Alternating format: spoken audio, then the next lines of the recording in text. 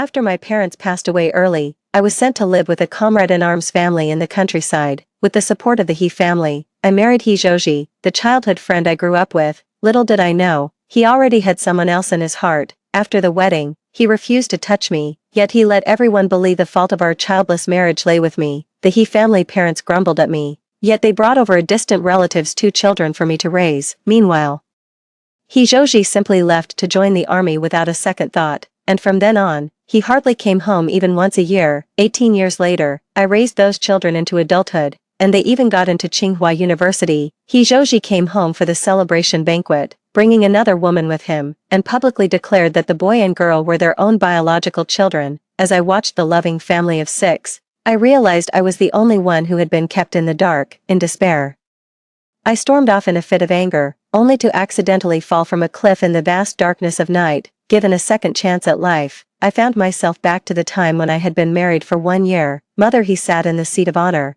while Father He sat beside her, smoking a long-stemmed pipe. Scattered relatives had nearly filled the small main hall. Aside from Father He, Mother He, and He Zhou, who was holding 2 children, everyone else was sizing me up out of the corners of their eyes.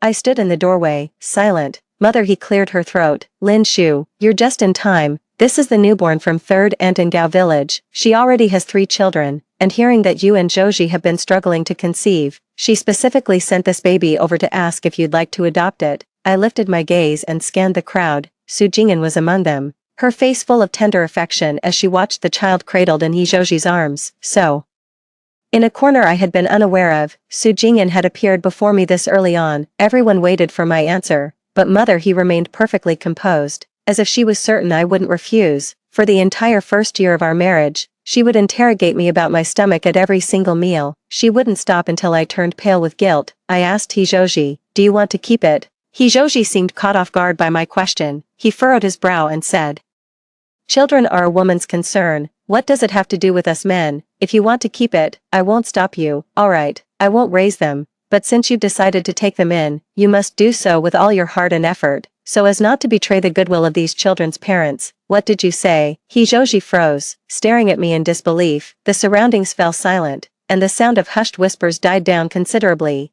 I replied coolly, I'm only 19. It's not as if I can't have children of my own. Why should I raise someone else's? He Joji looked at me, his eyes full of disapproval. How can you be so unreasonable? 3rd aunt meant well. I never thought you could be so short-sighted. I shot back. Didn't you just say you wouldn't interfere? Why are you getting so worked up the moment I refused to raise it? He Joji was left speechless, his eyes wide with shock as if he never expected me to defy him.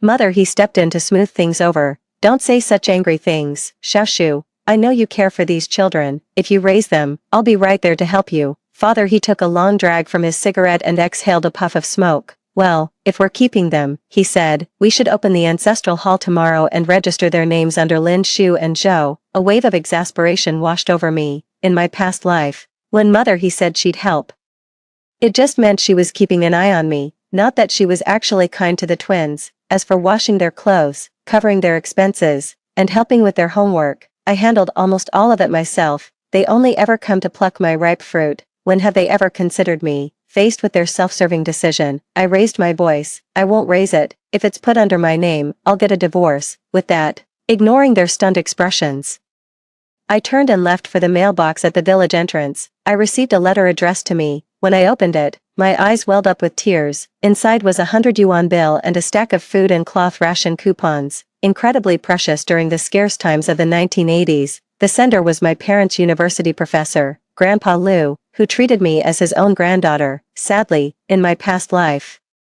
I only learned of the quiet support he had given me all those years after I had raised my 2 children and seen them get into Tsinghua University, but the He family parents kept all of that for themselves. There was also my Tsinghua University acceptance letter in the mailbox, which the He family had hidden away in my past life, all just to clip my wings and keep me tethered to the He family, working like a beast of burden. I went to the village entrance, greeted Auntie Wang at the general store, and then mentioned I needed to call an old friend of my parents. Auntie Wang practically watched me grow up in the He household, and she understood the bitterness of living under someone else's roof. That's why she didn't even take the small change I offered, letting me make the call for free. As it happened, she had to step out to deliver something, so she asked me to mind the shop for her. I accepted Auntie Wang's kindness, resolved to repay her one day, and then dialed the number for Beijing.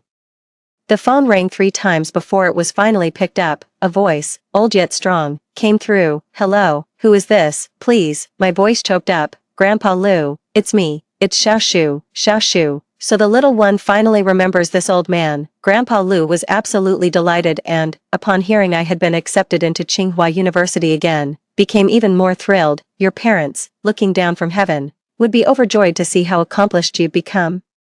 I then told Grandpa Lu about my current situation, explaining that I would be returning to Beijing in 3 days to await the start of the semester. After hearing about my ordeal, Grandpa Lu's spirits sank immediately, and he was filled with remorse for not having been able to protect me back then. He was very supportive of my decision and even offered to let me stay at his place first. After hanging up the phone, I let out a huge sigh of relief. I found a hiding spot, known only to me.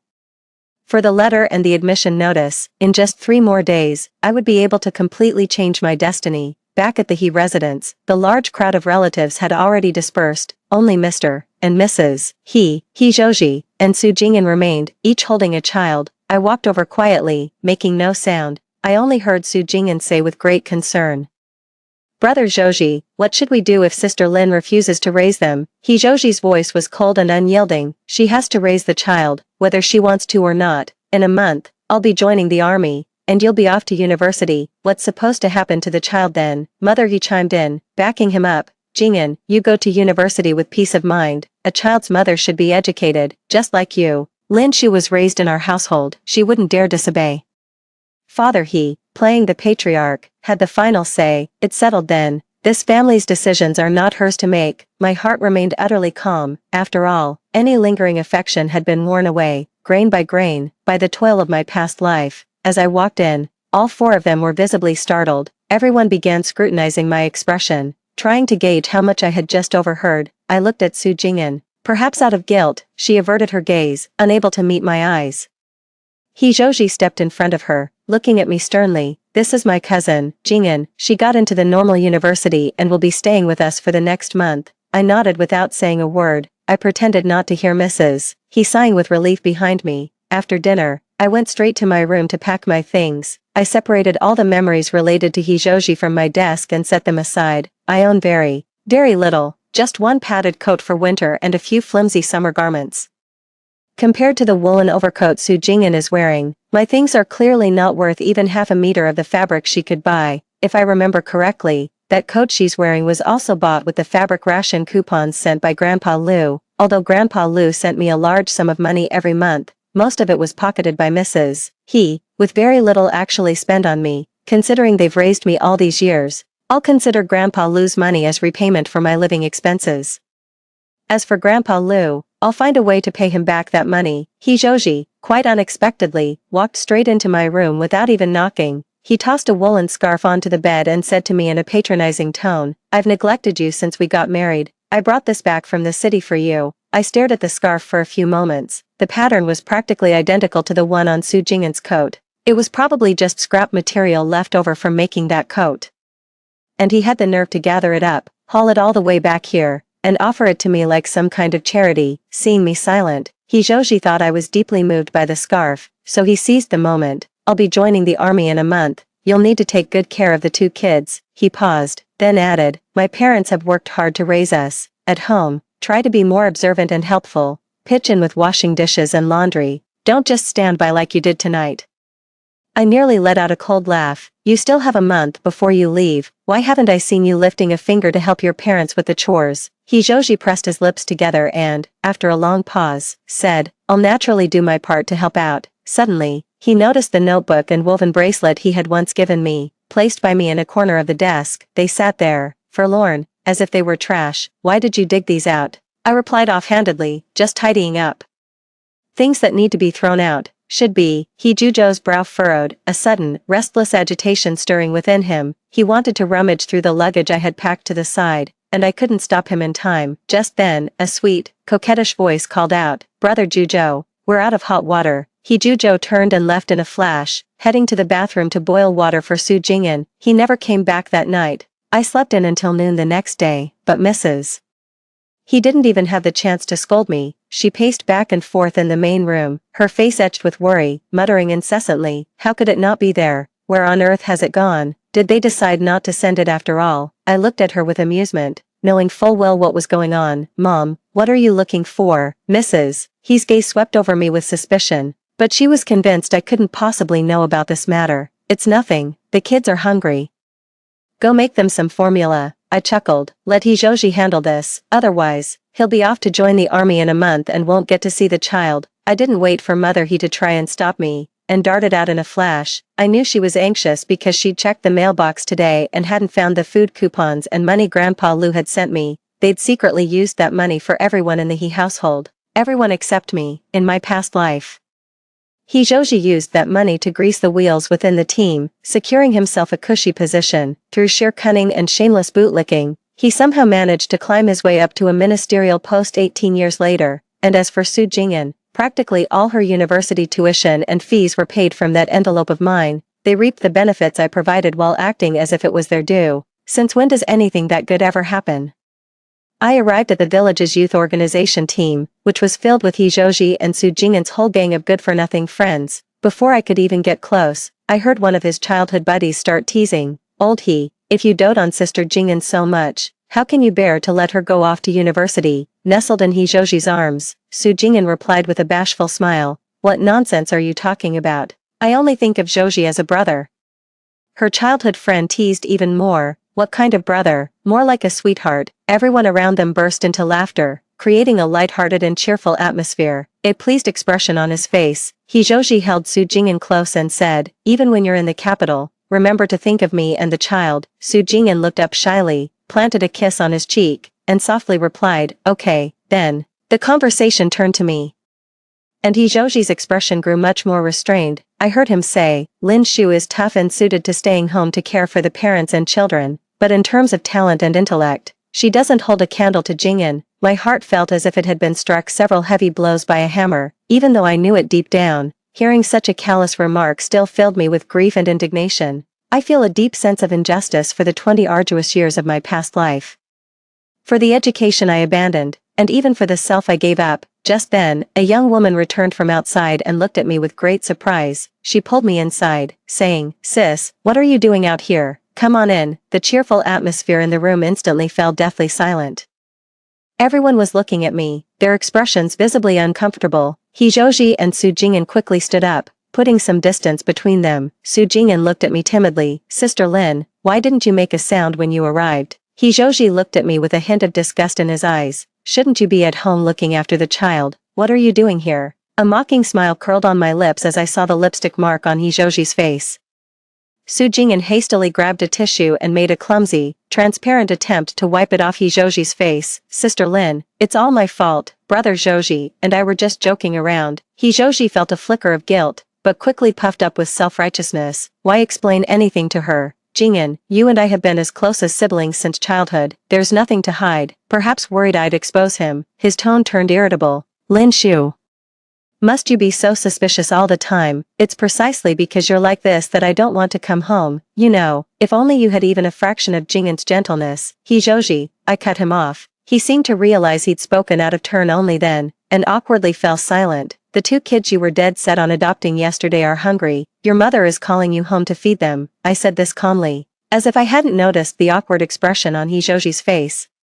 But I had indeed refused to adopt the 2 children yesterday, so he couldn't really argue. In the end, he had no choice but to follow me home. Su Jingyan bit her lip and followed along. At the dinner table, Mr. He informed me that our child's name had already been entered into the family registry at the ancestral hall. I nodded in silence. "Mrs. He looked at me and gave Hijoji a meaningful glance. "Autumn is almost here, and Xiaoshu's clothes are looking worn. Joji, take her into town the day after tomorrow to buy some new ones." Hijoji glanced at me and agreed. Su Jingyan pouted sulkily from the side. "Jingyan should come too. It's on the way anyway." Hijoji's mother looked at me, and I nodded, agreeing without hesitation. The whole family seemed a bit taken aback, especially since I had openly contradicted them just a couple of days ago, but I thought to myself, going into the city the day after tomorrow would be the perfect chance to buy a ticket and leave. I wouldn't even need to come up with a special excuse. Perfect. "Hijoji, I can finally leave you behind. I've waited 2 lifetimes for this day." 2 days later, just as dawn was breaking, Hijoji gently pulled Su Jing'an out of bed and patiently helped her wash up before finally coming to knock on my door. But I opened the door before he could knock, seeing me already neat and ready.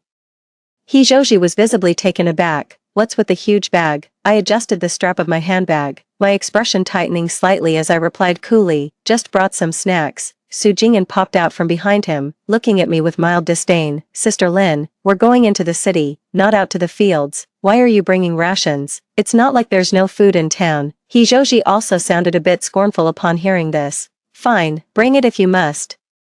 Just don't complain about it being heavy and ask me to carry it halfway there." My excitement remained undimmed, and I assured them with certainty, "Don't worry, it won't happen." We rode to the city in the village chief's pig truck. In those days, owning any vehicle at all was a remarkable thing. Hijiji gently helped Su Jing'an into the truck, thoughtfully laying down a layer of newspaper to keep her clothes from getting dirty. As for me, I clumsily hauled myself up and found a corner to plop down in. An auntie from the neighboring village, seeing how intimate Hijoji and Su Jing'an were, couldn't help but tease, "My goodness, you two must be newlyweds, so affectionate." My old man wasn't even this attentive back in the day. Su Jing'an's face flushed with momentary embarrassment, while Hijoji froze, unsure how to respond. It was the village chief standing nearby who chimed in helpfully, "Ah, sister, you've got it wrong. This is his wife right here." My aunt shot me a strange, puzzled look from the corner of her eye, but she couldn't very well say anything out loud, only muttering under her breath, "Didn't the Qing dynasty fall? How can a man still openly neglect his wife to dote on a concubine?" Though she spoke softly,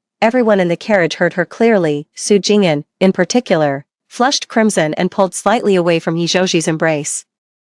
Hijoji was thoroughly embarrassed by the remarks. When no one was looking, he shot me a furious glare. I paid no mind to the whole spectacle, my focus entirely on the bag I clutched in my hands. It held all my hopes. After we got off the bus and the crowd dispersed, Hijoji's gaze towards me grew even more impatient. His tone was brusque. "Here's 5 yuan, go buy yourself some clothes. Be back here at 3 o'clock sharp." With that, he tossed the $5 bill he was clutching into my lap. Then, without a backward glance, he put his arm around Su Jing'an and walked away. Before leaving, Su Jing'an looked back and gave me a pitying glance. I picked up the $5 from the ground and stuffed it into my own pocket. I knew his mother had given him $50, but in his mind, that's all I was worth. But it doesn't matter anymore. I've already told Grandpa Lu to stop sending money from now on.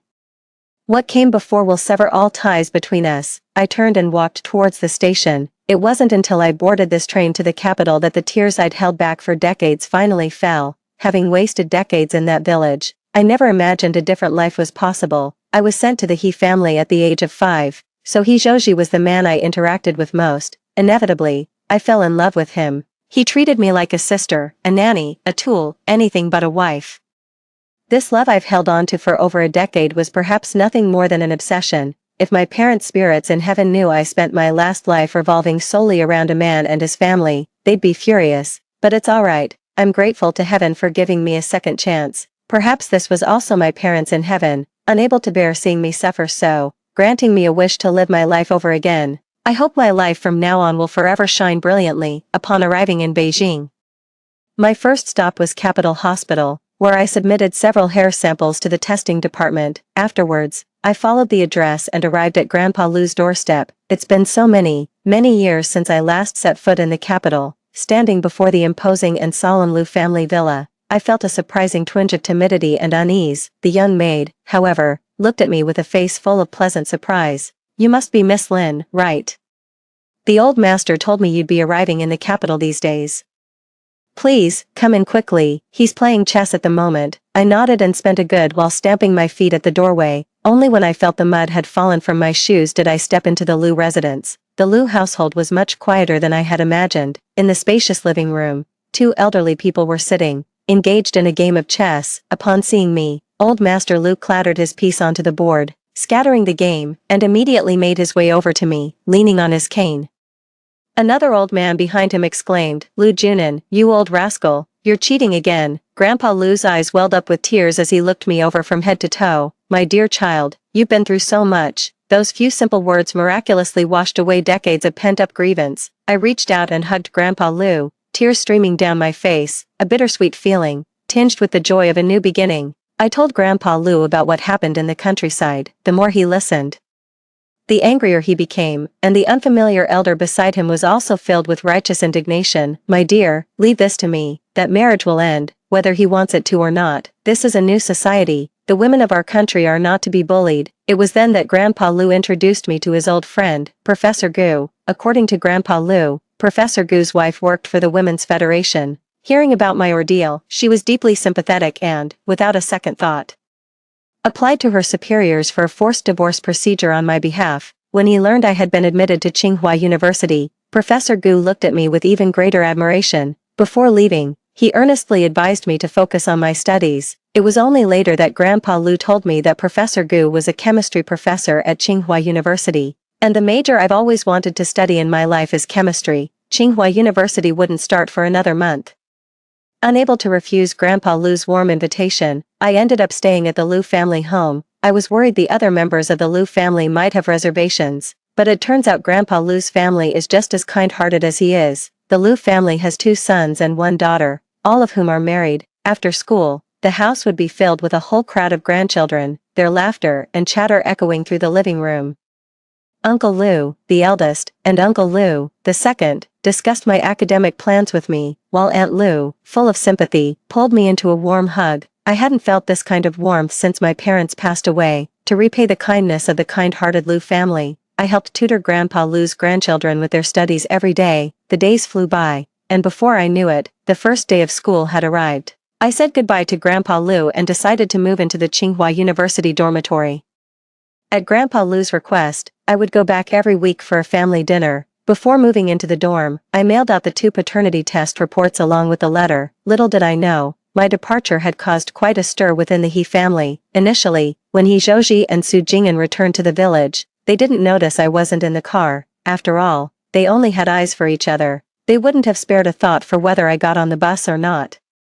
It wasn't until the 2 children had soiled the entire bed that Mother He started shouting at the top of her lungs for me to come and clean up the mess, but there was no response. It was only then that He Zhouji remembered. He had left me behind in the city. He's mother urged him to come find me immediately, but He Zhouji thought she was making a mountain out of a molehill. She's not a child anymore. Is she really incapable of finding her way home? With that, he turned and went off to be all lovey-dovey with Su Jing'an. He didn't even pay attention to the child's crying. Su Jing'an felt sorry for the child, but the overwhelming stench was too much for her delicate sensibilities, forcing her to beat a hasty retreat. She had no choice but to leave the cleanup to Mother He. Mother He cursed my name under her breath the whole time she was tidying up. She was determined to give me a proper thrashing if I ever showed my face again.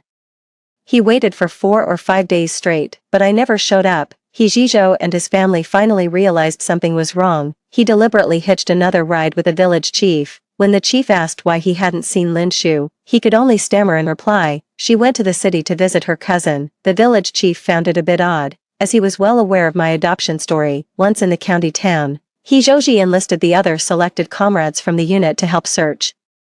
They searched from dawn till dusk, asking everyone they could, but found no trace of me. He Zhouji took a deep breath. Never having imagined Lin Shu could cause him this much trouble, he suppressed his anger and kept searching. Only one ticket seller, an older woman, let out a surprised huh as she listened to his description. "The little girl you're talking about, she was wearing a yellow shirt and had her hair in a ponytail, right? She was about this much taller than me."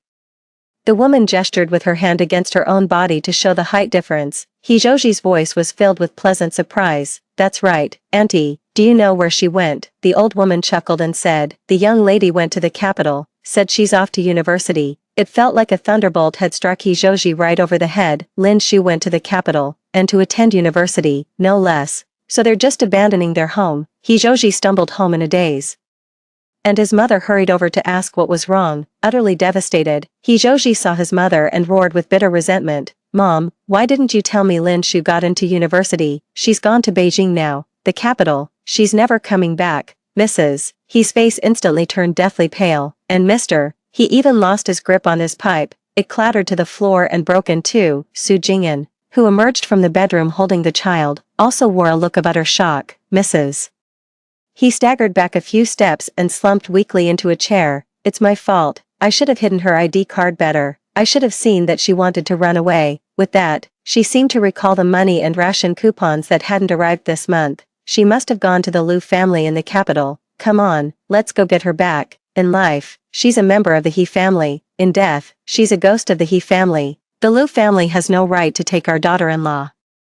Old man. He then picked up his pipe and began meticulously polishing it with the hem of his jacket. With a calm expression, he spoke with the authority of a patriarch. Yes, we must go and bring them back. He glanced at the child in Su Jing'an's arms. Otherwise, who's going to look after my grandchildren?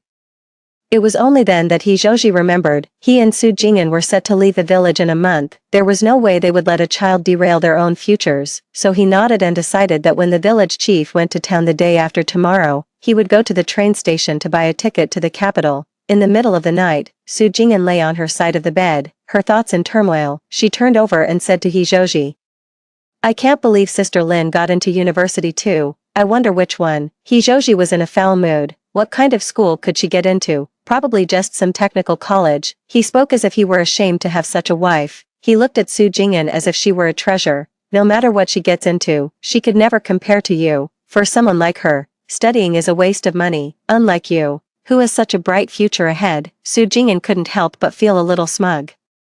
After all, in these times, getting into university is a rare feat to begin with, let alone a normal technical school in Beijing. People from all the neighboring villages admired and flattered her, more than you could count. However, before He Zhouji could even finish dreaming of dragging Lin Shu back, the village chief brought devastating news the very next day. Lin Shu had mailed a petition for a compulsory divorce from the capital. Upon hearing the news, He nearly fainted. Mr. He, who usually maintained a calm facade, flew into a rage, shouting repeatedly, "This is outrageous." He Zhiji's mind went completely blank. He turned a pleading gaze toward the village chief. The village chief shook his head helplessly. "Zhouji, this is a directive that came down from the higher-ups. I don't have the authority to change it. The matter is settled. I heard that girl Lin Shu got into Tsinghua University. You all should leave her be from now on."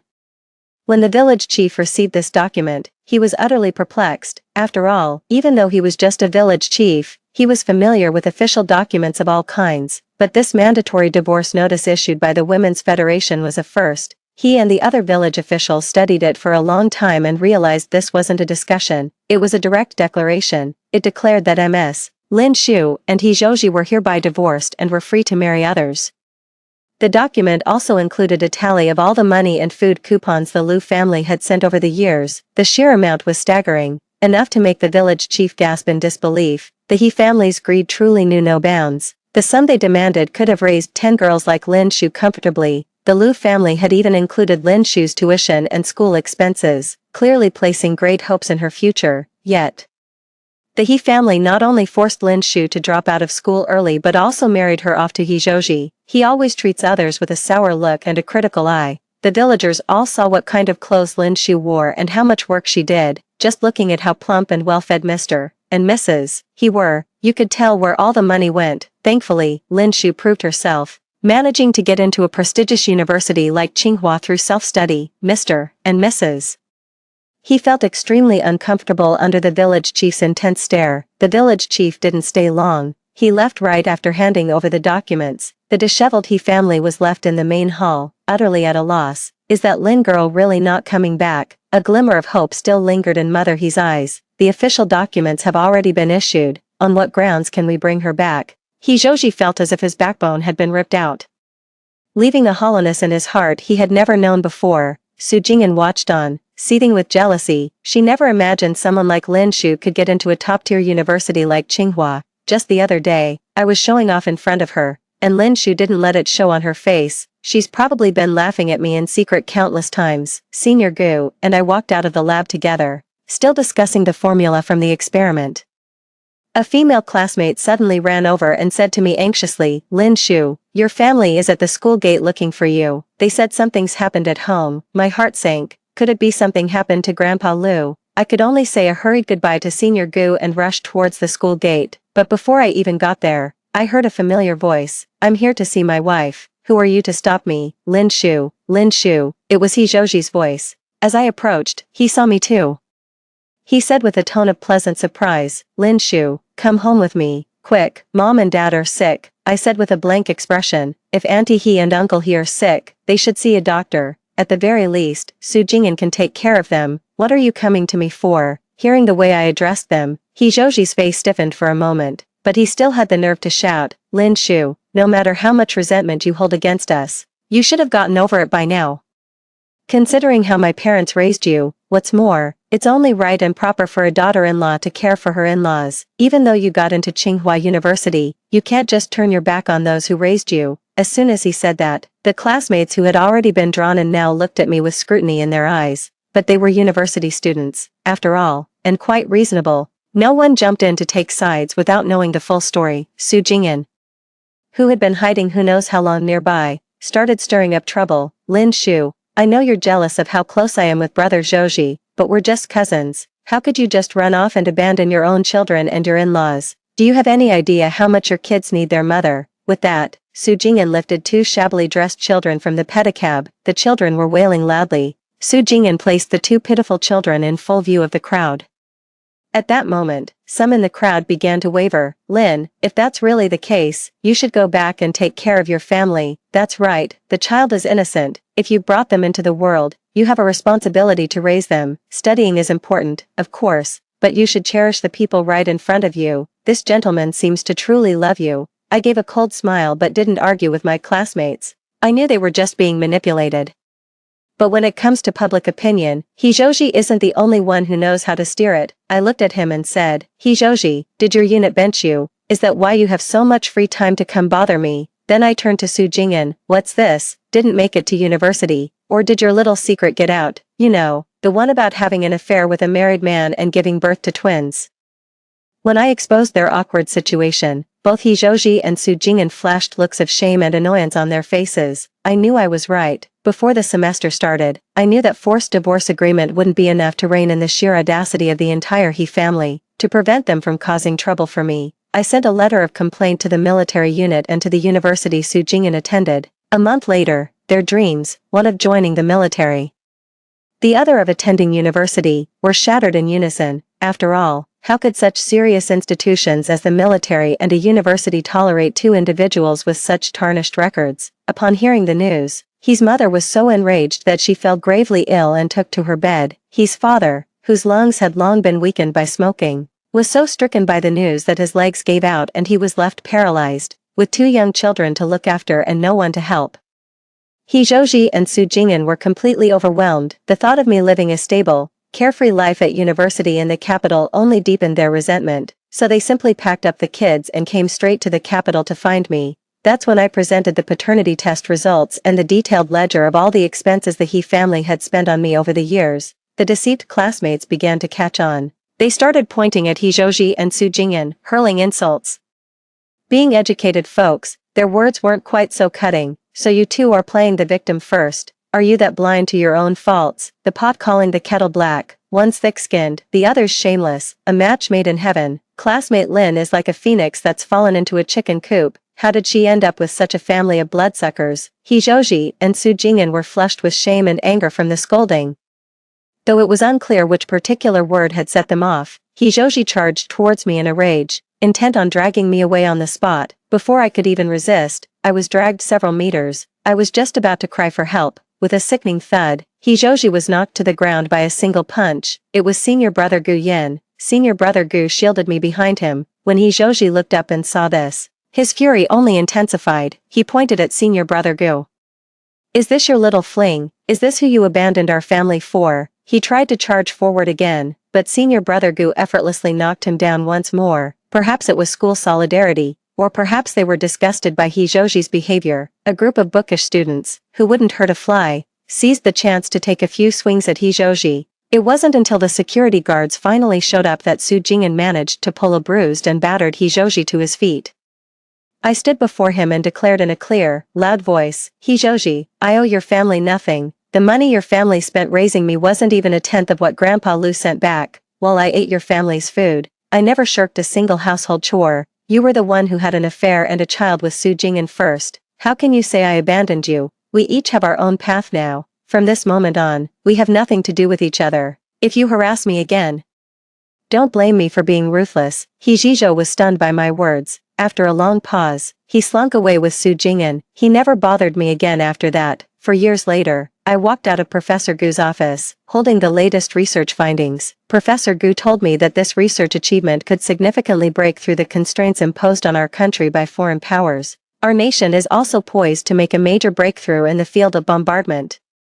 With a series of good news coming in, my heart was fluttering like a happy little bird, unable to settle down. Senior Gu invited me out for a meal, and I readily agreed. During the meal, Senior Brother Gu also congratulated me on achieving such outstanding results. I looked at him with a smile and said, "Senior Brother Gu, you're teasing me. Without your help, I'd still have a long way to go to achieve this." Senior Brother Gu laughed, his eyes filled with deep affection. I flustered and tried to pull away, but he took my hand. "I understand you, your passion is chemistry, and you will dedicate your life to it, but don't forget to look at the people around you." "Okay." I lowered my head and, after a long moment, gave a solemn nod. Later, Grandpa Lu told me, after losing his military job, Hijoji spent his days at home, drinking himself into a stupor. He made no effort to find work and neglected his children. Su Jing'an was unable to attend university. Weighed down by the burden of 2 children and the entire He family, she couldn't endure such a life for more than a year before she ran away. Now, Hijoji is left alone to raise the children and care for his parents, but he wasn't a particularly attentive man himself. After just a few years of his care, his parents developed bedsores that went untreated, leaving them in such agony they writhed in bed all day. Hijijo's utter neglect left them to die in excruciating pain. As for the 2 children, with no one to guide them, they skipped school and got into fights every day. A villager in the know even mocked them to their faces. "Your real mother is nowhere near as accomplished as your former foster mother. You're just as useless as she is." Upon hearing they had a successful foster mother in the city, the 2 children went home and threw tantrums every day, demanding to go find her. Perhaps the alcohol was getting to him. Because Hijoji completely forgot everything I'd told him, he immediately bought 3 train tickets and prepared to head for the capital. He never imagined that, dead drunk, he would collapse on the railway tracks and never get up again. Just like that, he was gone. When the 2 children found me, they were filthy all over, looking like little beggars. Through their tears, they said their father kept repeating one phrase right before he died. This wasn't how it was supposed to be. "I will be reborn, Lin Shu, wait for me." By this time, I had been awarded the National Major Contribution Award, becoming the youngest academician at the Research Institute. I told the 2 children the truth. Despite their protests, I still sent them to the orphanage. After all, showing them mercy would be a cruelty to my past self. Clutching the trophy, I saw a glimpse of my past self in the flash of countless cameras. Her silent lips seemed to form the words, "Keep moving forward. Don't look back." Senior Gu stood among the crowd applauding for me, his gaze fixed on me with unwavering resolve. I thought to myself, I won't look back. Story 2. I've already signed the divorce papers. When are you free to go to the Civil Affairs Bureau? Lin Chuanwan looked at the man before her, her tone as calm as if she were discussing what to have for dinner. The man behind the desk jerked his head up, a flicker of shock passing through his deep-set eyes. He was Gu Shirshin, the youngest commander in the military district, a man known for his composure and self-control. Yet now, he was stunned into silence by his wife's words. "Chuanwan, what did you say?" Gu Shirshin set down the document in his hand, his voice tight. Lin Chuanwan placed the divorce papers gently on his desk, a mocking smile curling her red lips. "I said, I agree to the divorce." "Isn't that what you've always wanted?" Gu Shirshin's face darkened instantly. He had indeed brought up divorce yesterday, but it was only to scare her, to make her back down and stop pestering him about his affair with Song Yuro. He never imagined Lin Chuanwan would actually agree. "Have you lost your mind?" Gu Shirshin shot to his feet, his imposing frame radiating menace. "Lin Chuanwan, do you have any idea what you're saying?" Lin Chuanwan looked at him calmly, though her heart was in turmoil. On this very day in her past life, she had begged him through tears not to divorce her, even falling to her knees to plead for another chance. Back then, she believed that if she were just humble and obedient enough, she could win back his heart. And what was the result? All she reaped was endless humiliation and betrayal. For the sake of Song Yuro, Gu Shirshin didn't hesitate to push her off the cliff. Only in her final moments did she realize the marriage she had fought so hard to protect was a farce from the very beginning. Song Yuro was already carrying his child, while she, the legitimate wife, was nothing but a laughingstock. Fate granted her a second chance at life, and this time, she would not make the same mistake again. "I'm perfectly clear-headed." Lin Chuanwan adjusted her olive-drab military jacket. "Commander Gu, since your heart belongs to another, what's the point of us dragging this out any longer?" Gu Shirshin's eyes narrowed dangerously. "Who told you there's someone else in my heart? Isn't there?" Lin Chuanwan retorted. Song Yuro called you last night, and you just dropped everything and ran off. Then first thing this morning, you bring up divorce. Are you telling me all of that was just my imagination? Gu Shirshan's expression darkened further. It was true that Song Yuro had called last night, saying she was in the hospital and scared. He was worried something had happened to her, so he rushed over. But that didn't mean anything. Yuro is just my subordinate. What's the problem with me checking on her when she's sick? Gu Shirshan said, barely containing his anger. Lin Chuanwan, don't be unreasonable. Making a scene, Lin Chuanwan let out a cold laugh. Gu Shirshan, do you think I'm a fool? Why is it that Song Yuro just had to fall ill on our wedding anniversary, of all days? And she needed you by her side the entire night. Gu Shirshan was rendered speechless by her words. Lin Chuanwan pressed on. And another thing, she's supposed to be a desk officer, so why is she always hovering around you? Why does everyone in the military district know her as your personal aide? Gu Shirshan, do you take me for a blind woman? Each word cut into Gu Shirshan's heart like a knife. He knew everything Lin Chuanwan said was true, but he simply refused to admit it. In his heart, Song Yuro was indeed special, but he had never intended to betray his marriage. You're overthinking it, Gu Shirshan said coldly. My relationship with Yuro is completely innocent. Innocent. Lin Chuanwan pulled a photo from her bag and tossed it lightly onto the table. Then how do you explain this? In the photo, Gu Shirshan and Song Yuro were locked in a tight embrace. The man's hand was gently caressing the woman's cheek, their posture one of intimate closeness. Seeing the photo, Gu Shirshan's pupils contracted sharply. When was this taken? He had no memory of such a scene. This photo is fake, he denied categorically. Fake, Lin Chuanwan sneered. Gu Shirshan, even now you're still lying.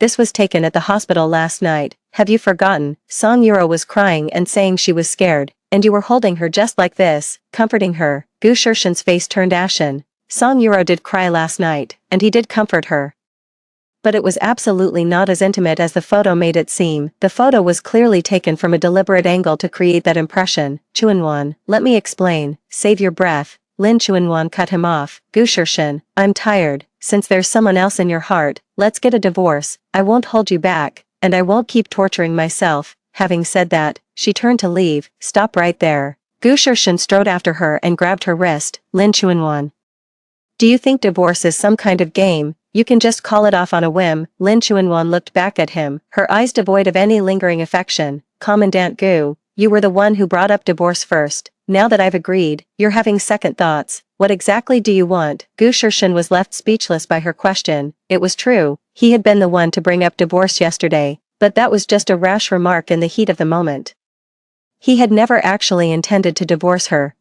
His mouth opened, but he didn't know what to say. Just then, the office door swung open, and Song Yuro walked in carrying a cup of tea. Seeing their entangled posture, a flicker of triumph flashed in her eyes, but it was quickly replaced by a look of hurt. Shirshan, I made you some tea. Her voice was soft, sweet, and dripping with a delicate, feminine fragility. A cold sneer curled Lin Chuanwan's lips at the sight of Song Yuro. In her past life, it was this seemingly fragile and harmless woman who had systematically destroyed her life. This time, she would not let her succeed again. Seeing Song Yuro appear, Lin Chuanwan didn't get angry. Instead, she smiled. In her previous life, she had seen this woman as an enemy, wishing she could tear her apart. But now she understood, the real enemy wasn't Song Yuro, but that heartless and faithless man. Gu Shirshan, perfect timing, Lin Chuanwan said, releasing Gu Shirshan's hand and elegantly smoothing her clothes. Comrade Song, please continue. I won't disturb you any further. Song Yuro was stunned. This was completely different from what she had expected. Based on past experience, Lin Chuanwan should have charged at her like a madwoman, trying to claw her face, and then engaged in a screaming match. Sister-in-law. Song Yuro stammered out the address, her eyes filled with panic. Don't call me sister-in-law anymore, Lin Chuanwan said with a faint smile. Soon, you'll be able to call brother Shirshan husband properly and rightfully. Gu Shirshan's expression darkened even further. Lin Chuanwan, what? Did I say something wrong? Lin Chuanwan raised an eyebrow. You two are in love. As the legitimate wife, I'm stepping aside of my own accord.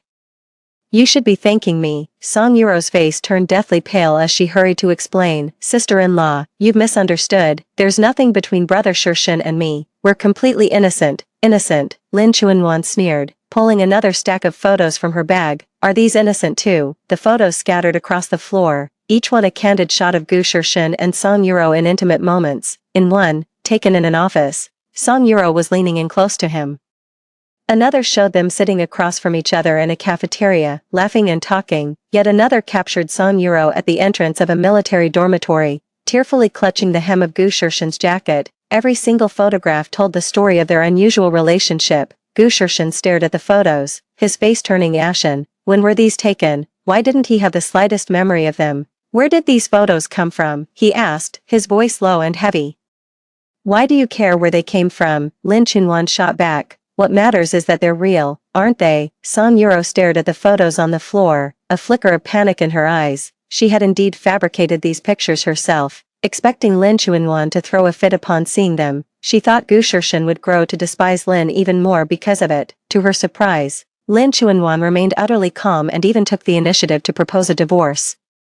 This was absolutely not the outcome she had wanted. She had gone to all this trouble just to force Lin Chunwan out, so she could rightfully take her place. If Lin was the one who filed for divorce, wouldn't that make Song look like the homewrecker who destroyed their marriage? Sister-in-law, these photos are clearly a setup, Song Yuro said urgently. There's absolutely nothing between Brother Shirshin and me. You can't get a divorce over this. Hearing Song Yuro's words, Lin Chenu almost laughed out loud. In her past life, this woman had sung a very different tune. Back then, she had tearfully declared her undying love for Gu Shirshin, begging Lin Chenu to step aside for the sake of their love. And now, here she was, trying to talk her out of the divorce. Comrade Song, that's an interesting take, Lin Chenu said, looking at her with amusement. I'm the one divorcing my husband, yet you seem more anxious about it than I am.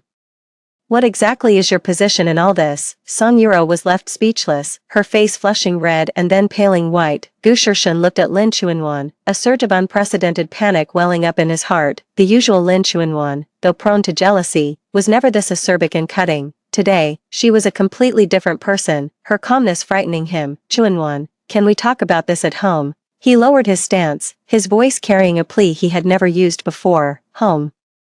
Lin Chunwan sounded as if she had heard the biggest joke. Commander Gu, get this straight. We're about to get a divorce. What home is there to speak of? With that, she bent down, picked up the divorce papers from the floor, and placed them back in front of Gu Shirshin. I've signed everything I need to. I don't want a single cent of the assets, and we don't have any children, so it's all very clean and simple. Whenever you come to your senses, just go to the Civil Affairs Bureau to finalize it. Having said her piece, she turned and walked away without a backward glance. Only Gu Shirshin and Song Yuro were left in the office, and the atmosphere was unbearably awkward. Song Yuro stared at the divorce papers on the table, a wave of inexplicable panic rising in her heart. The situation had spiraled completely beyond her expectations. Shirshin, she called out cautiously. Get out, Gu Shirshin said coldly, not even looking up.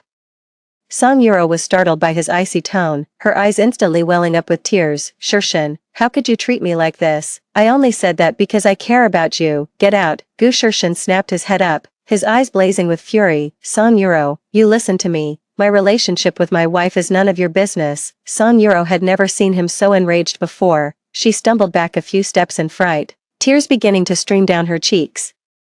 But she wasn't willing to leave just like that. Biting her lip, she put on a brave face and said, Shirshin, I know you're upset right now, but your wife has really misunderstood. There's nothing between us. You can't just. Chapter 2. Enough. Gu Shirshin rose to his feet, his tall frame radiating a chilling coldness. Song Yuro, I'm telling you for the last time, get out. Thoroughly intimidated by his imposing presence, Song Yuro didn't dare say another word and could only retreat.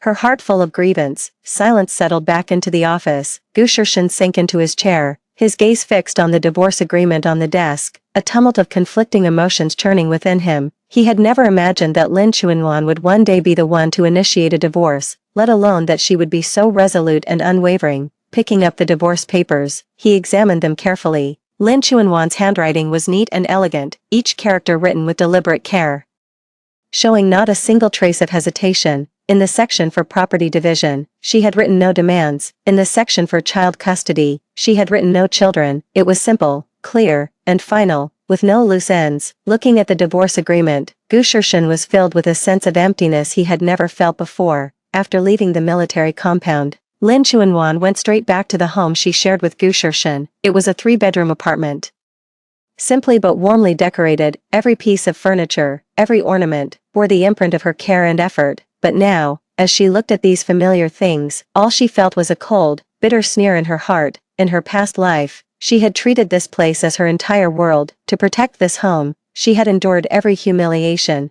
and what was the result? With a single word from Gu Shirshin, she was forced to leave with nothing, not even one item that was truly hers. This time, she was going to take back everything that belonged to her, and she wasn't going to wait. Lin Chuanwan walked into the bedroom, pulled a suitcase from the wardrobe, and began to pack. She didn't take many clothes, only selecting a few of the more valuable pieces. Instead, she packed all of her jewelry and personal items. Most importantly, she retrieved a small wooden box from the back of the wardrobe. Opening the wooden box, she found a USB drive and several property deeds lying inside.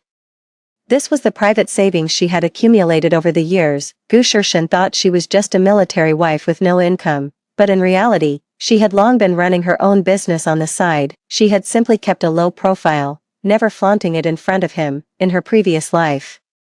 All of this had fallen into Song Yuro's hands for nothing. This time, she was determined to take it all back, leaving Song Yuro with nothing. Just as she was packing her things, a frantic knocking sounded at the door. Chunwan, open the door, I know you're in there. It was Gu Shirshin's voice. Lin Chunwan checked the time. It was only 3 in the afternoon. He was off work this early already. It seemed her words had really gotten to him. The knocking grew more and more urgent, accompanied by Gu Shirshin's anxious voice. Chunwan, open the door, let's talk this out properly. Lin Chunwan walked slowly to the door but didn't open it. Commander Gu, what are you doing here? I'm here to take you home, Gu Shirshin said from outside. Home? Lin Chunwan let out a cold laugh. This is my home, or rather, it used to be. Chunwan, don't be like this. Gu Shirshin's voice was weary. Those photos were clearly a setup. You can't seriously be considering divorce over this.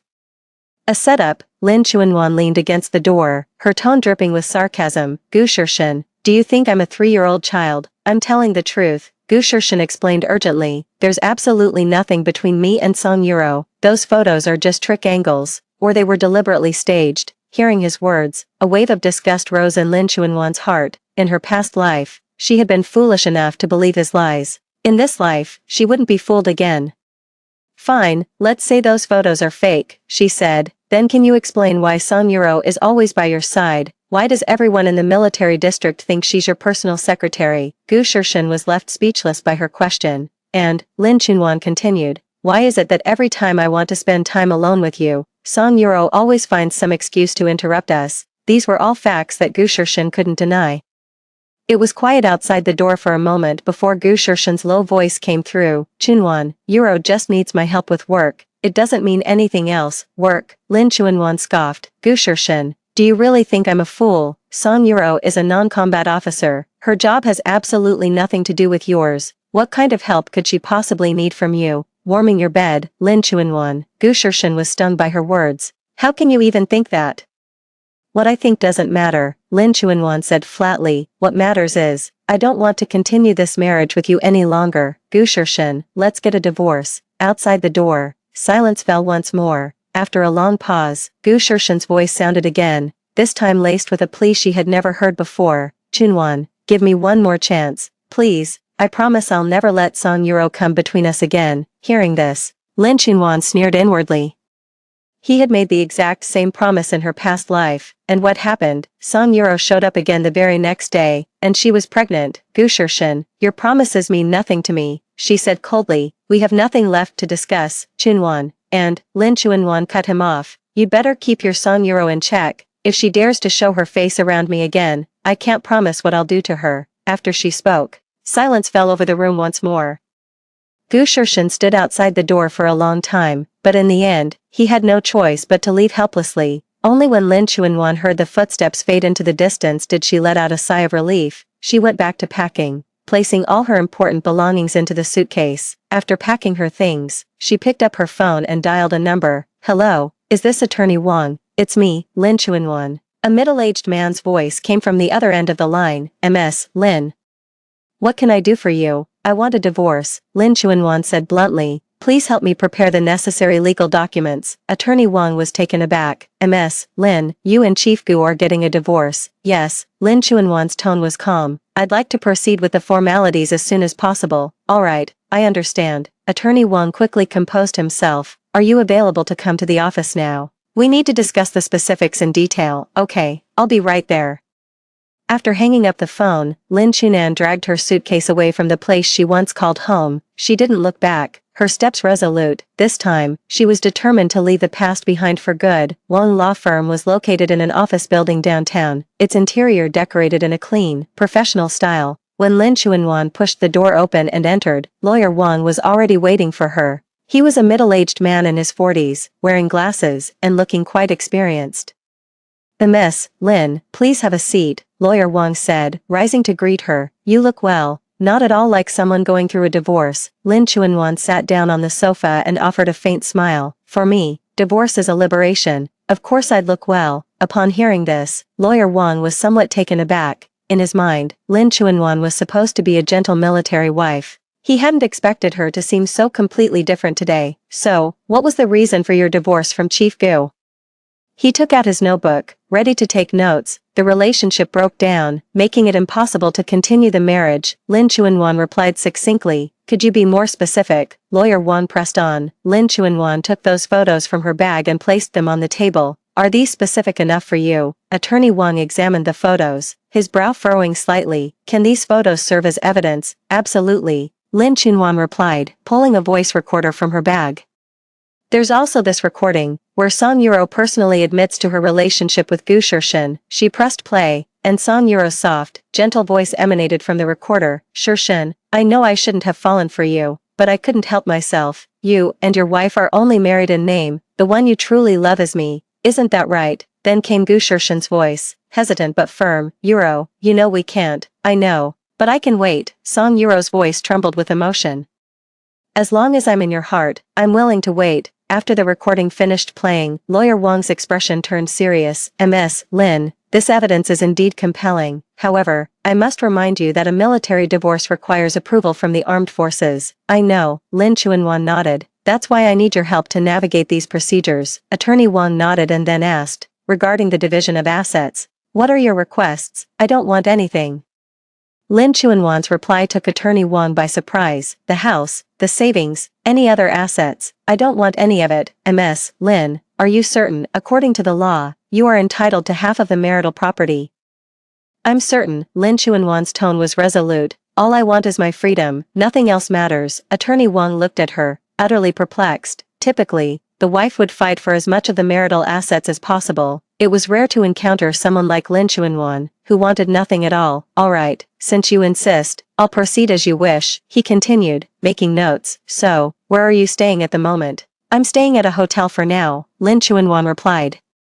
If you don't mind, I could help you find an apartment, Attorney Wang offered. It belongs to a friend of mine, the location is good, and the rent is quite reasonable. Lin Chunan thought for a moment. All right, thank you for your help. The two of them went over some details in depth, and Attorney Wang said he would expedite the necessary paperwork. By the time she left the law firm, it was already 5 in the afternoon. Lin Chunan walked down the street, pulling her suitcase behind her. Feeling a sense of relief she hadn't known in a long time, she took out her phone and dialed a number. Hello, Manager Lee, this is Lin Chuanwan speaking. A young woman's voice came through the phone. President Lin, you finally called. I was starting to think you'd forgotten about our company. How could I forget? Lin Chuanwan chuckled. I just had some personal matters to take care of. Now that they're settled, I can throw myself back into work. That's fantastic. Manager Lee exclaimed excitedly. President Lin, did you know? Our company's performance last month hit another record high. Several major corporations are already looking to partner with us. The news lifted Lin Chuanwan's spirits even higher. For years, she had been quietly running a trading company, specializing in import and export. Thanks to her gift for languages and sharp business acumen, the company had flourished. However, she had always kept a low profile and had never mentioned any of this to Gu Shirshin. That's good, said Lin Chuanwan. I'll come by the office tomorrow, and we can discuss our next steps. Very good, President Lin, I'll be expecting you. Chapter 3. After hanging up the phone, Lin Chuanwan hailed a taxi and headed straight for the apartment recommended by Lawyer Wang. The apartment was located in an upscale residential complex in the city center, with a very pleasant environment. The landlord was a kindly woman in her 50s. You look very familiar, dear, the landlady said, looking Lin Chuanwan over. Have we met somewhere before? Lin Chuanwan smiled. Perhaps. I lived in the military compound for a few years. Oh, I see, the landlady exclaimed with sudden understanding. no wonder you carry yourself so well, a military wife is truly a cut above the rest. Upon hearing the term military wife, Lin Chuanwan's smile faltered for a split second before she quickly composed herself. Auntie, what's the rent? 3,000 a month, with 1 month's rent as a deposit and payment every 3 months, the landlady said, but since lawyer Wang referred you, I can give you a discount, 2,800 a month. Thank you, Auntie, Lin Chuanwan agreed readily. After completing the rental procedures, Lin Chuanwan finally had a place of her own, even though it was rented. She found it far more comfortable than living at Gu Shirshen's place. That night, lying in bed in her new apartment, she took out her phone to check it. Gu Shirshen had called over a dozen times, and she had rejected every call. He had also sent numerous text messages, all essentially urging her to come home and saying he wanted to talk things out properly. Lin Chuanwan read through them once, then deleted every single message. She didn't want to hear another word of his explanation. Just as she was about to go to sleep, her phone rang again. This time, it wasn't Gu Shirshen, but an unknown number. Sis-in-law, it's me, Song Euro, came Song Euro's cautious voice from the other end of the line. Lin Chuanwan raised an eyebrow. Comrade Song, what brings you to call me so late? Song Euro's voice on the phone sounded particularly aggrieved. Sis, I'd like to meet and talk with you. Is that okay? Talk about what? Lin Chuanwan's tone was flat, completely devoid of the hysterical anger from her previous life. This calmness unsettled Song Euro. According to her plan, Lin Chuanwan should have broken down long ago. Why was she so composed instead? I want to explain my relationship with Brother Shirshen to you, Song Euro said. Those photos really aren't what you think. It's all a misunderstanding. An explanation, Lin Chuanwan sneered. Comrade Song, do you really think there's any need for one? Song Euro grew frantic. Sis-in-law, you can't divorce Brother Shirshen over these misunderstandings. You're husband and wife. You should trust each other. Hearing this, Lin Chuanwan nearly laughed out loud. This woman's acting was as clumsy as ever. Comrade Song, I'm curious, Lin Chuanwan said with a hint of amusement. Why are you more anxious about my divorce from my husband than I am? I was just concerned about you, Song Euro stammered. Concerned? Lin Chuanwan's tone grew even colder. It's not appropriate for an outsider to be concerned about another couple's marital affairs, is it? Song Euro was left speechless by her words. Lin Chuanwan continued. Or do you have some ulterior motive? No, Song Euro hastily denied. I really just don't want to see you two break up over a misunderstanding. Alright then, I'll give you a chance, Lin Chuanwan said coolly. Tomorrow at 10 in the morning. At the Starbucks on Coffee Street, we'll meet and talk. Really, that's wonderful. Song Euro's voice was full of delight. Sis, I knew you were a kind person. Don't celebrate too soon. Lin Chuanwan's tone suddenly turned icy. Song Euro, I expect you to tell me the truth tomorrow. Otherwise, she left the sentence hanging, but the threat was unmistakable. After hanging up, Lin Chuanwan let out a cold laugh. Did Song Euro still think she was the same weak, easy to push around woman from her past life? This time, she was going to make that woman reap what she sowed. The next morning, Lin Chuanwan arrived at Starbucks right on time, dressed in a black business suit with light makeup. She looked capable and elegant. Song Euro was already waiting there. True to her usual innocent flower persona, she wore a white dress with her hair in a ponytail, looking pure and guileless. Sis, you're here. Song Euro stood up to greet her, a cautious smile on her face. Lin Chuanwan sat down opposite her, her tone indifferent. Go on, what did you want to say, sis? I want to apologize to you first. Song Euro lowered her head, her voice trembling. It's all my fault. I'm the one who caused the misunderstanding in your marriage. Misunderstanding. Lin Chuanwan took a sip of her coffee. Comrade Song, what part do you think was a misunderstanding? Those photos. Song Euro looked up, her eyes brimming with tears. Were taken on purpose. Someone is trying to drive a wedge between us. Who would want to drive a wedge between you? Lin Chuanwan asked. Song Euro was taken aback. She hadn't expected Lin Chuanwan to ask that. I don't know, she stammered. You don't know, Lin Chuanwan sneered. Then how did you know someone was deliberately trying to drive a wedge between us? Song Euro was left speechless by her question. Lin Chuanwan continued. Song Euro, let me ask you. When did you start having feelings for Gu Shirshen? This question flustered Song Euro even more. I don't have feelings for Brother Shirshen. We're just colleagues. Colleagues. Lin Chuanwan took the voice recorder from her bag and placed it on the table. Then how do you explain this? She pressed play, and yesterday's recording came through with perfect clarity. Shirshen, I know I shouldn't have fallen for you, but I just couldn't help myself. Hearing her own voice, Song Euro's face instantly turned deathly pale. What's going on? She asked, her voice trembling. You don't remember what you said yourself. Lin Chuanwan looked at her with a faint, ambiguous smile. Impossible. When did I ever say those things? Song Yuro shook her head frantically. Lin Chuanwan pressed the button again, playing another recording. Sis, I'm begging you. Please let me have Shirshin. I'm truly in love with him. I'd do anything, just let us be together.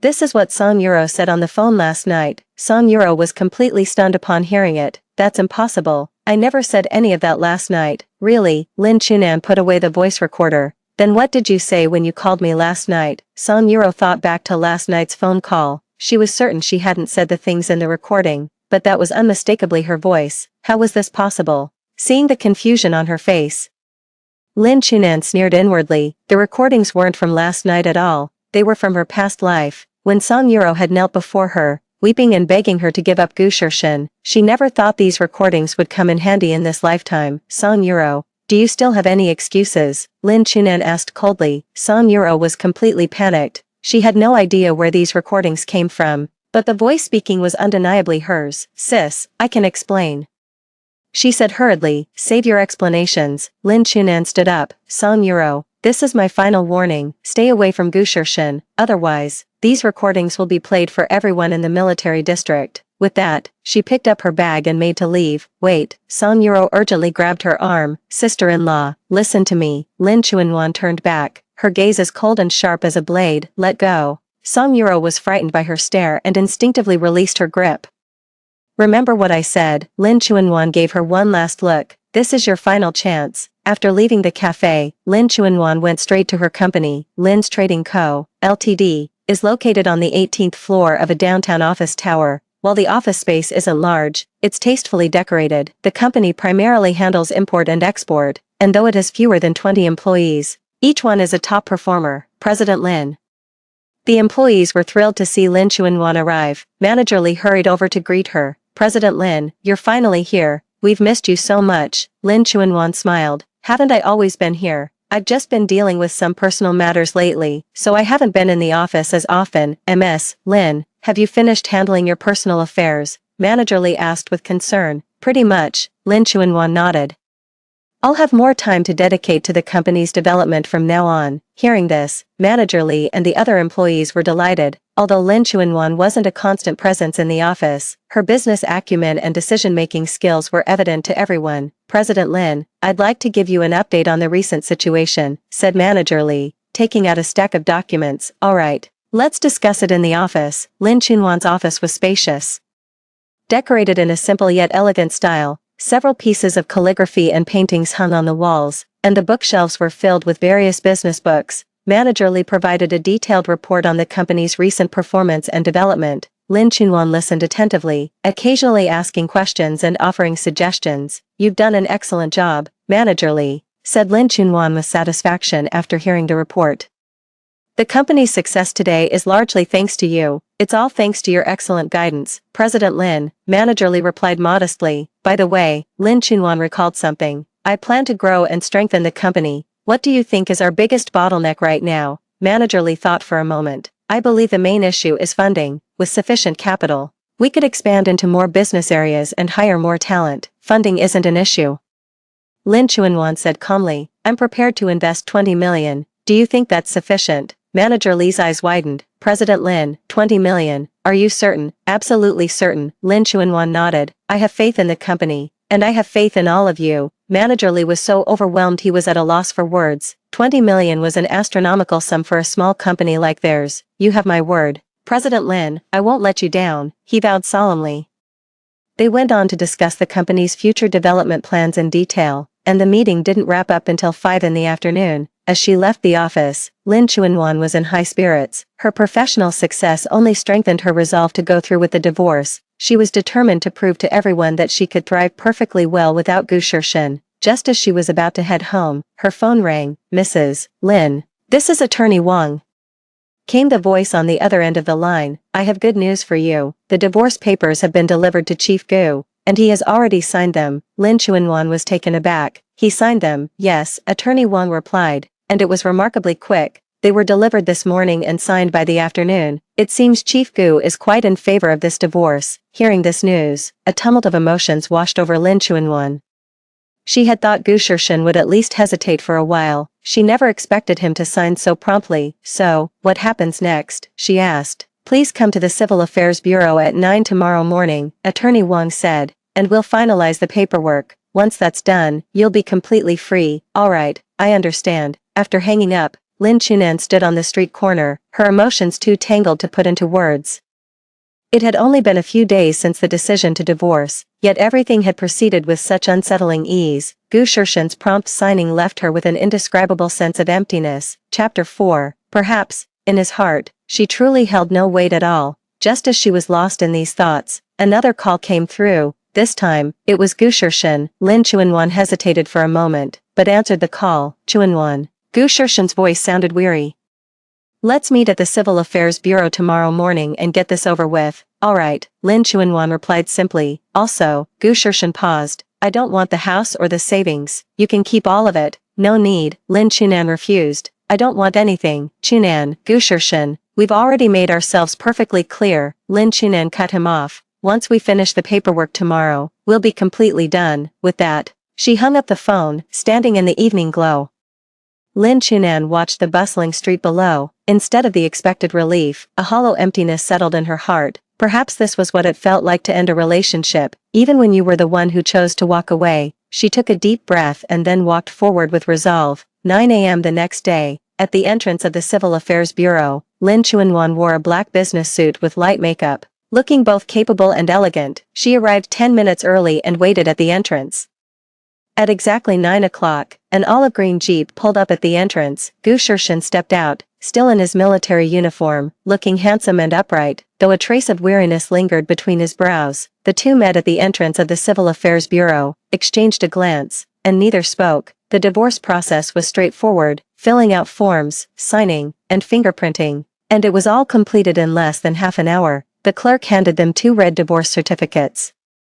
Congratulations, she said, all the paperwork is complete. The word congratulations felt deeply ironic to both Lin Chuanwan and Gu Shirshan. Lin Chuanwan took the divorce certificate, glanced at it, and tucked it into her bag. Well then, goodbye, she said to Gu Shirshan with a nod, turning to leave. Chuanwan, Gu Shirshan called out to stop her. Lin Chuanwan turned to look at him, her gaze calm. Is there something else? Gu Shirshan opened his mouth, wanting to say something, but in the end, nothing came out. If there's nothing, I'll be going now. Having said that, Lin Chuanwan left without looking back. Gu Shirshan stood rooted to the spot, watching her figure disappear into the crowd. Their marriage had lasted 3 years, yet their divorce was finalized in under half an hour. After the divorce proceedings, Lin Chuanwan didn't go straight home. Instead, she went to an upscale beauty salon. She was determined to reinvent herself and leave her old life behind for good.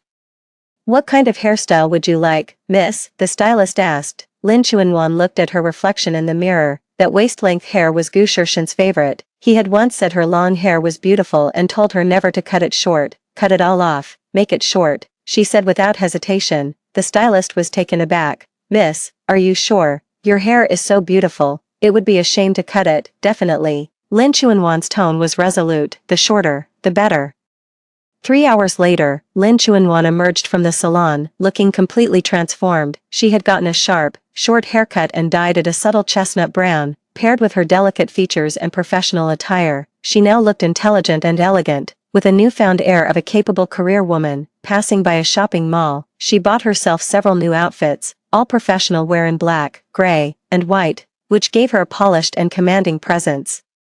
It was already 4 in the afternoon by the time she got back to the apartment. Lin Chuanwan looked at her reflection in the mirror and gave a satisfied nod. This was the person she wanted to be, independent, confident, and reliant on no one. Just as she was about to take a break, the doorbell rang. She walked to the door and peered through the peephole. It was a woman she didn't recognize. Who are you looking for? She asked through the door. Excuse me, are you Ms. Lin Chuanwan? I'm Song Yuro. The voice of Song Yuro came from outside the door. Lin Chuanwan let out a cold laugh. This woman was really like a haunting ghost. She'd even managed to track her down here. She opened the door and saw Song Yuro standing there, holding a fruit basket. How did you know I live here? Lin Chuanwan asked bluntly. Song Yuro looked a bit uncomfortable. I asked around and finally found out. what is it? Lin Chuanwan made no move to invite her inside. Ms. Lin. Song Yuro corrected herself, I heard you and brother Shirshin are divorced. I came to apologize. An apology? Lin Chuanwan found it laughable. For what? It's all my fault that you and Shirshin broke up. Song Yuro's eyes welled up with tears. I truly never imagined things would turn out this way. Watching this display of affected sorrow, a wave of disgust rose in Lin Chuanwan's heart. Song Yuro, have you finished your little performance? She said coldly. Song Yuro was taken aback. Miss Lin, what do you mean? Do you think I can't see through you? Lin Chuanwan looked her up and down. You didn't come here today to apologize, but to show off. You want to tell me you've won, don't you? Having her true intentions exposed, Song Yuro's expression faltered for a moment, but she quickly put on a wounded look. Ms. Lin, you've misunderstood. I really only wanted to apologize. Is that so? Lin Chuanwan took out her phone from her bag.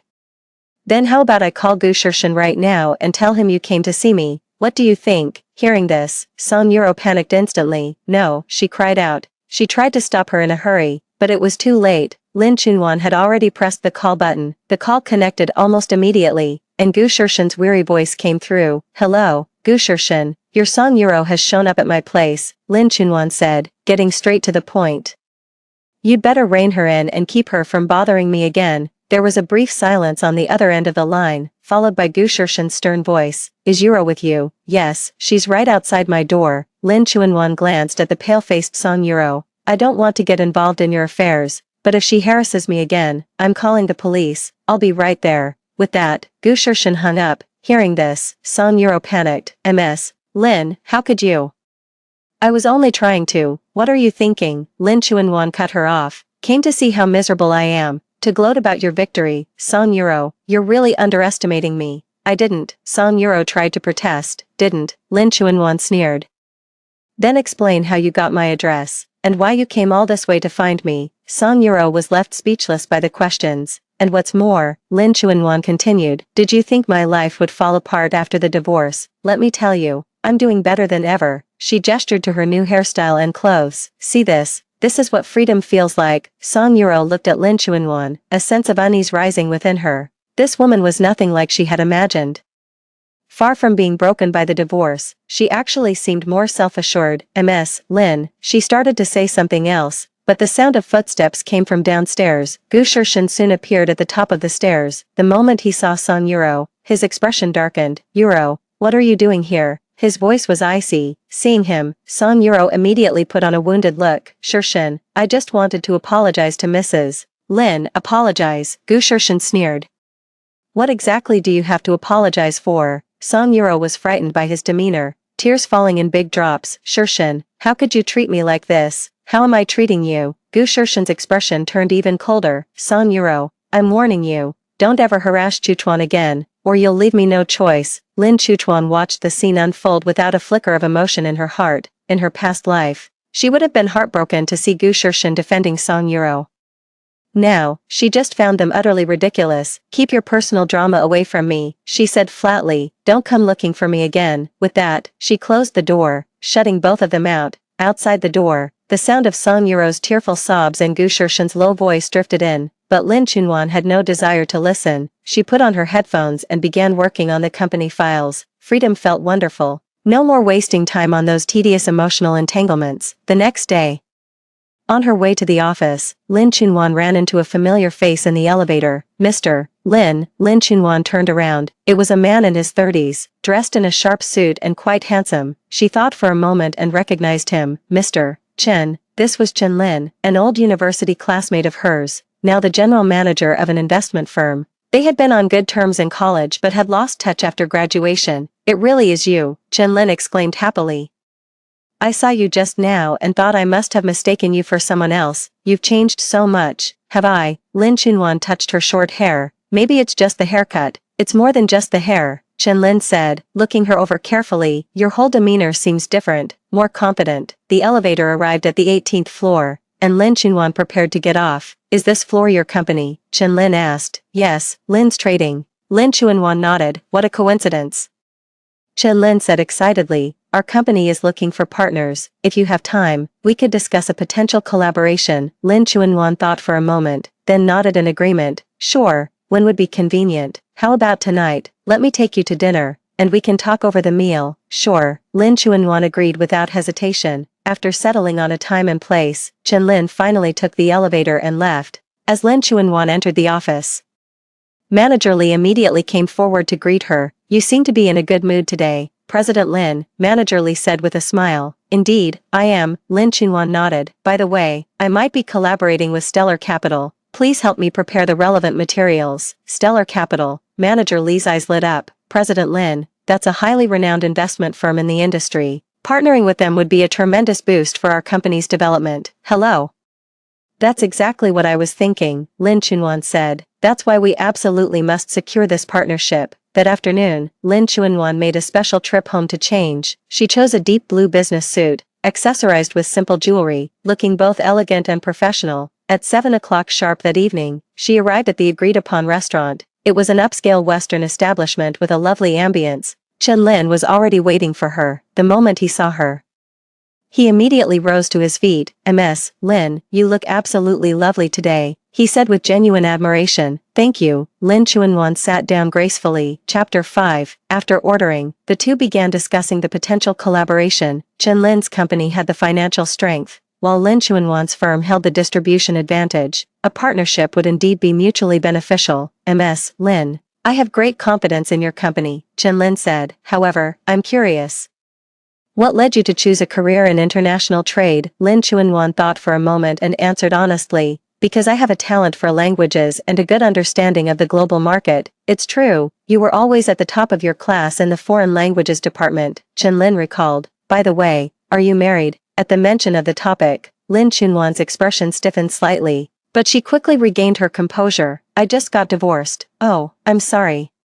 Chen Lin said, somewhat embarrassed. I didn't mean to pry into your personal life. It's all right, Lin Chuanwan replied with a faint smile. The divorce was a relief for me. I'm doing quite well now. Chen Lin looked at her, a flicker of something passing through his eyes before it was quickly concealed. The two of them continued discussing the collaboration, the atmosphere quite congenial. Just as they were deep in conversation, two familiar figures appeared at the restaurant entrance. It was Gu Shirshin and Song Yuro. Lin Chuanwan saw them and her brow furrowed slightly. What were they doing here? Gu Shirshin had clearly seen her too, and his expression changed instantly. His gaze swept back and forth between Lin Chuanwan and Chen Lin, a flicker of something passing through his eyes. Chuanwan, he walked over, his tone somewhat strained. Lin Chuanwan looked up at him, her voice flat. Mr. Gu. Noticing how she addressed him, Gu Shirshin's face darkened further.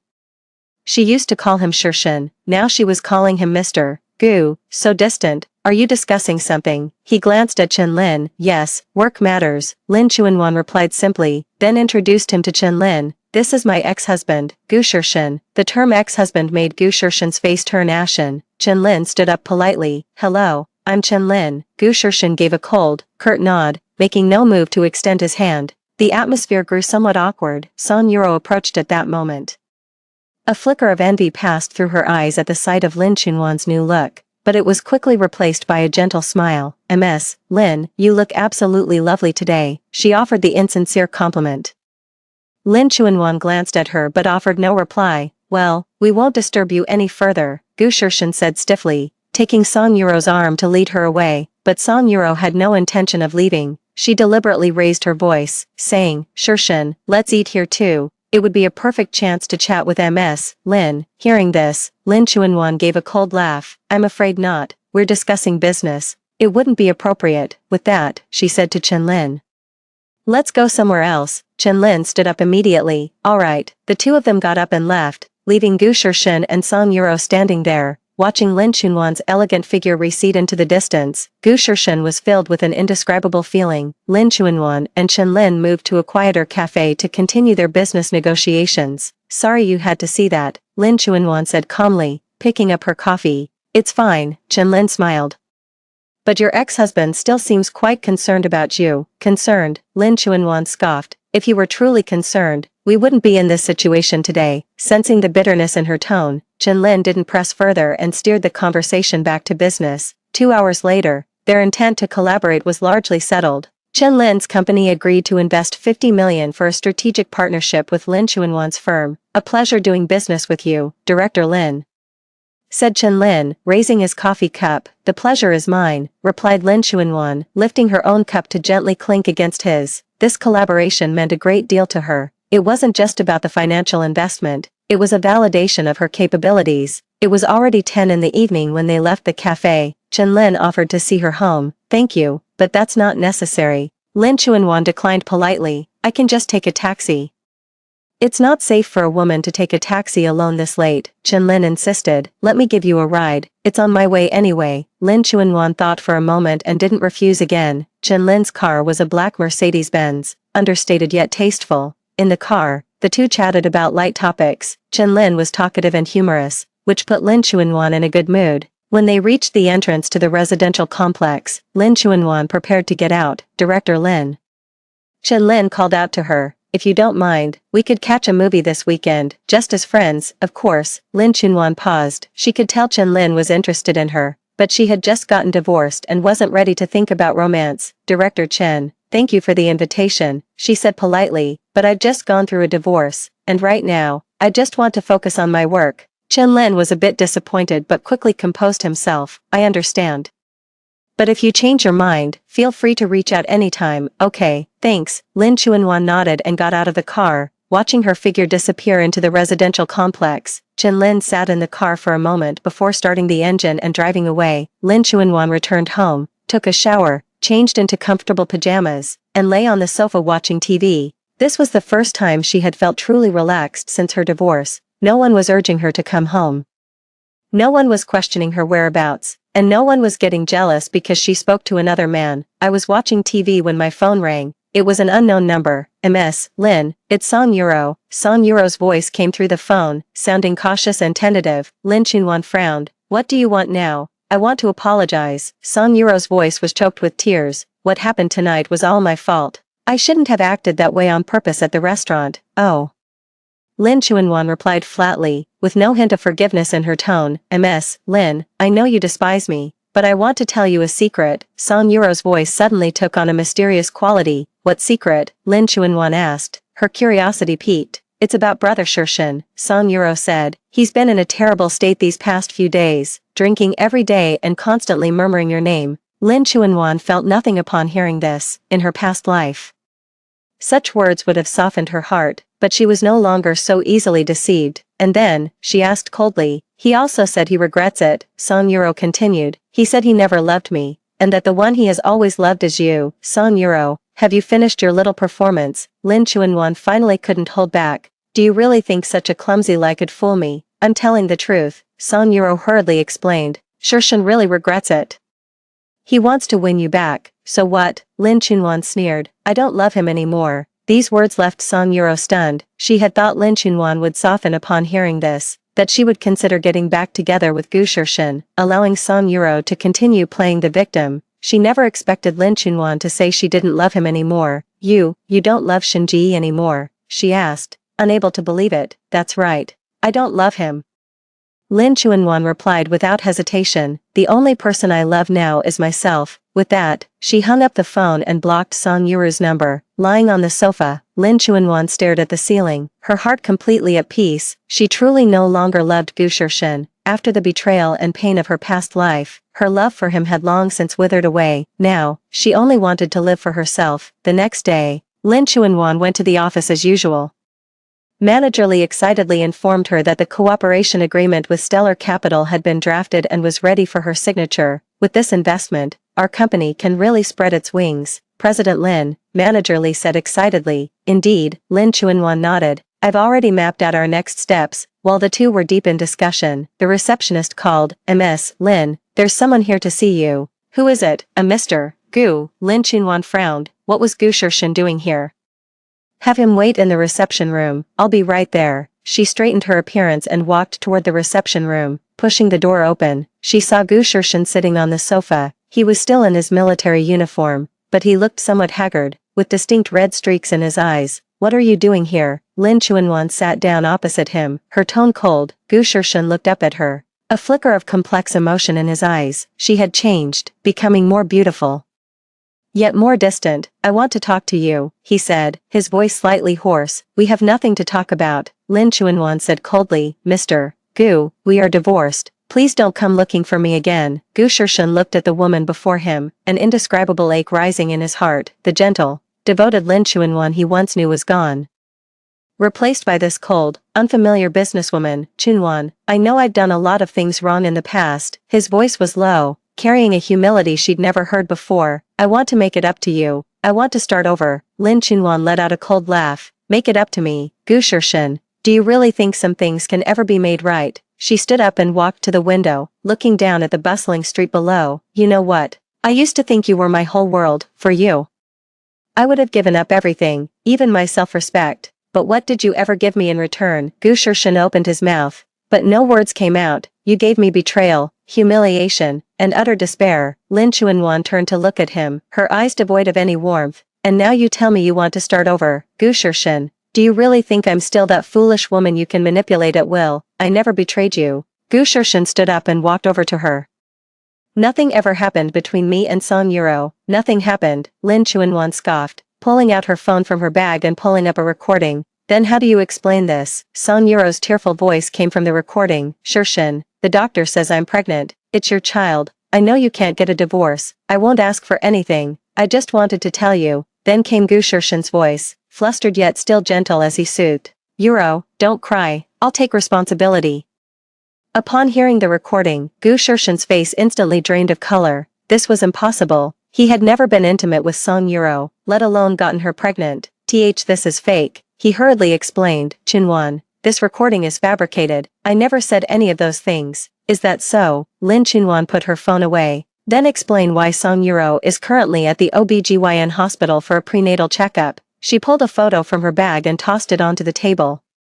In the picture, Song Yuro was wearing loose maternity clothes, her belly clearly swollen. As she stood in line at a hospital, Gu Shirshan stared at the photo, completely stunned. This couldn't be real. How could Song Yuro be pregnant? And she looked at least 5 or 6 months along. This is impossible, he muttered to himself. Impossible, Lin Chunwan sneered. Gu Shirshan, even now, you're still going to lie. All of this was fabricated by Lin Chunwan.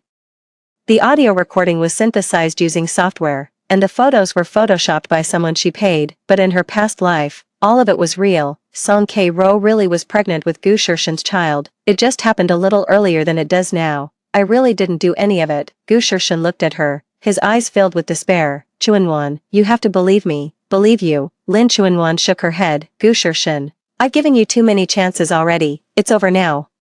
She walked back to her desk and picked up the files on it. You should leave. I have work to do. Chunwan, Gu Shirshan still wanted to say something. Security. Lin Chuanwan pressed the intercom. Please escort this gentleman out. Soon, 2 security guards entered the room. Sir, you need to leave now, the guard said politely but firmly. Chapter 6. Gu Shirshan glanced at Lin Chuanwan, but she didn't even look up, completely absorbed in the document in her hands as if he weren't there at all. He had no choice but to leave, feeling utterly helpless. Only when Lin Chuanwan heard the footsteps fade into the distance did she finally lift her head. Gazing out the window, she felt none of the anticipated satisfaction, only a hollow emptiness in her heart. The revenge was complete, yet she felt no fulfillment. Perhaps true happiness lies not in vengeance, but in living one's own life well. 1 month later, with the capital injection from Stellar Investments, Lin Chunwan's company experienced rapid growth. She leased the entire 20th floor for office space, and the number of employees expanded to over 100. She herself was named Most Promising Female Entrepreneur of the Year by a business magazine and even graced its cover. One day, as she was handling documents in her office, Manager Lee knocked and entered. President Lin, I have some great news for you, said Manager Lee, his face beaming with excitement. Our company has been selected to participate in next month's International Trade Expo. It's the most prestigious event in the industry. Really, Lin Chunwan was equally thrilled. This is incredibly significant for our company's growth. Absolutely, Manager Lee nodded. And what's more, the organizers have invited you to be a guest of honor at the opening ceremony. Lin Chunwan gave a satisfied nod. Everything was moving in the right direction. Just then, the receptionist called again. Ms. Lin, there's someone else here to see you downstairs. Who is it? An officer. He says he's your friend. The receptionist's tone was odd. Lin Chunwan frowned. Apart from Gu Shirshan, she didn't know many officers. Send him up. A few minutes later, there was a knock on the office door. Lin Chunwan thought it was Gu Shirshan, but a middle-aged military officer she didn't recognize walked in. You must be Ms. Lin Chunwan. The officer saluted. I'm Director Zhang from the Military District's Discipline Inspection Commission. Lin Chuanwan stood up. Director Zhang, hello, please, have a seat. Director Zhang settled onto the sofa, his expression grave. Ms. Lin, I'm here today to ask you a few questions. What about, regarding Comrade Gu Shirshin? Director Zhang produced a voice recorder. We've received a report alleging that Comrade Gu has engaged in improper conduct. Specifically an inappropriate relationship with a subordinate. Lin Chuanwan's heart skipped a beat. Someone had reported Gu Shirshin. I'd like to ask you, as the person involved, to explain the specific circumstances. Director Zhang continued. Lin Chuanwan thought for a moment and sat down. Director Zhang, what would you like to know? Does Comrade Gu Shirshin have an improper relationship with Comrade Song Yuro? Lin Chuanwan looked at him, her mind racing. This was an opportunity. A chance to bring Gu Shirshin down for good, but then it occurred to her, she had gained her freedom and success, so why should she dwell on the past any longer? Director Zhang, Gu Shirshin and I are divorced, she said calmly. His private life is no longer any concern of mine. I don't wish to be involved in anything regarding him. Director Zhang was taken aback. Ms. Lin, are you certain, if there is any relevant evidence? There isn't, Lin Chuanwan cut him off. Director Zhang, I just want to focus on my own career now. Let bygones be bygones. Gazing at the blue sky outside the window, Lin Chuanwan felt a deep sense of peace. She finally understood that true victory isn't about defeating others, but about becoming a better version of oneself. From now on, she would live for herself, living out the wonderful life that belonged to Lin Chuanwan.